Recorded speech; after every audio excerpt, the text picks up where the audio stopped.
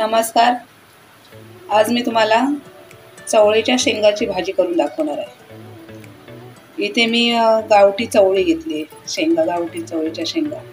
हे बघा, गावठी म्हणजे अशा हिरव्या कलरच्या असतात आणि ह्याच्यामध्ये अजून एक प्रकार असतो तो थोडा सफेदसारखा कलर दिसतो. ही हिरवा कलर आहे म्हणजे हा गावठी.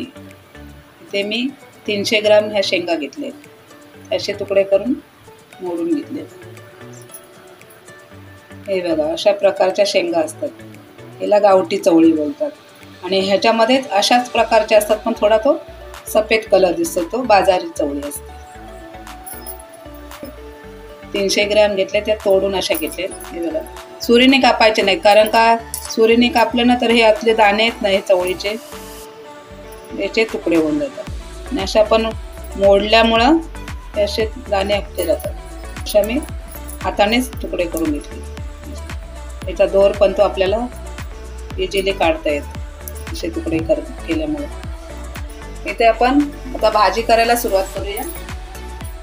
गॅस पेटून मी कढई ठेवले, 1.5 चमचा तेल टाकून घेतलंय. तेल आपलं गरम झालंय. अर्धा चमचा मोहरी टाकून,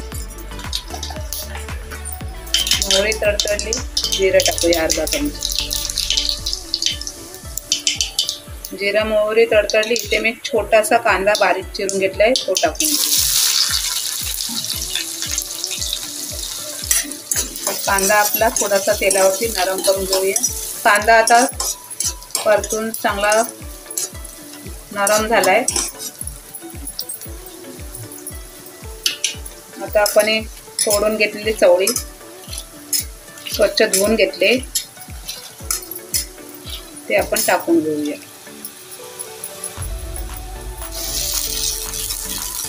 गॅस थोडा आपला मीडियमच ठेवायचा. आता आपली इथं ह्या शेंगा तेलात मी टाकून घेतले. आता आपला घरगुती मसाला टाकून घेऊया. 1.5 चमचा,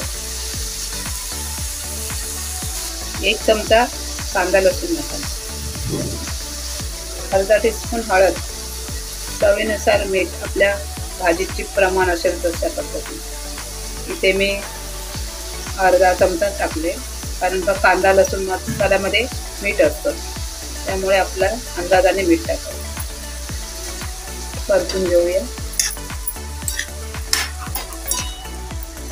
आणि ह्या भाजीमध्ये पाण्याचा वापर नाही करायचा, आपल्याला वाफेवरती शिजवायची म्हणजे छान लागते. पाणी ओतलं तर पाण्यात पानचट अशी चव लागते. त्याच्यामध्ये आपण एखादा छोटासा बटाटा पण ॲड करू शकतो. इथे मी थोडासा नारळ पण ओला किसून घेतलाय, पण आता नाही टाकणार. ही भाजी थोडी 5 ते 10 मिनटं मी वाफेवर शिजू देणार. 10 मिनटं आपण झाकण मारून ठेवायचं, पण मध्ये मध्ये झाकण काढून आपण उघडून बघायचं, तर भाजी आपली खाली लागत नाही. 10 मिनटासाठी मी आता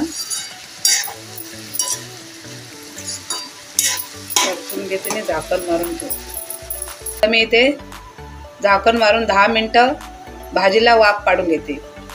मध्येच आपल्याला भाजीमध्ये पाणी नाही, त्याच्यामुळे आपण झाकण काढून मध्येच झाकण काढून बघू शकतो.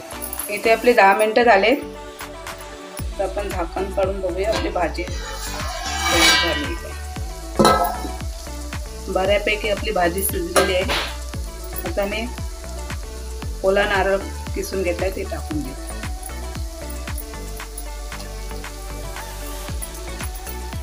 आता आपण मिक्स करून घेऊया.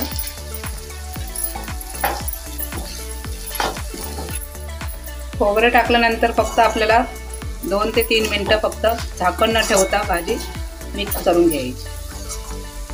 ते बघा, आपली भाजी आता तयार झाली. मी गॅस बंद करते.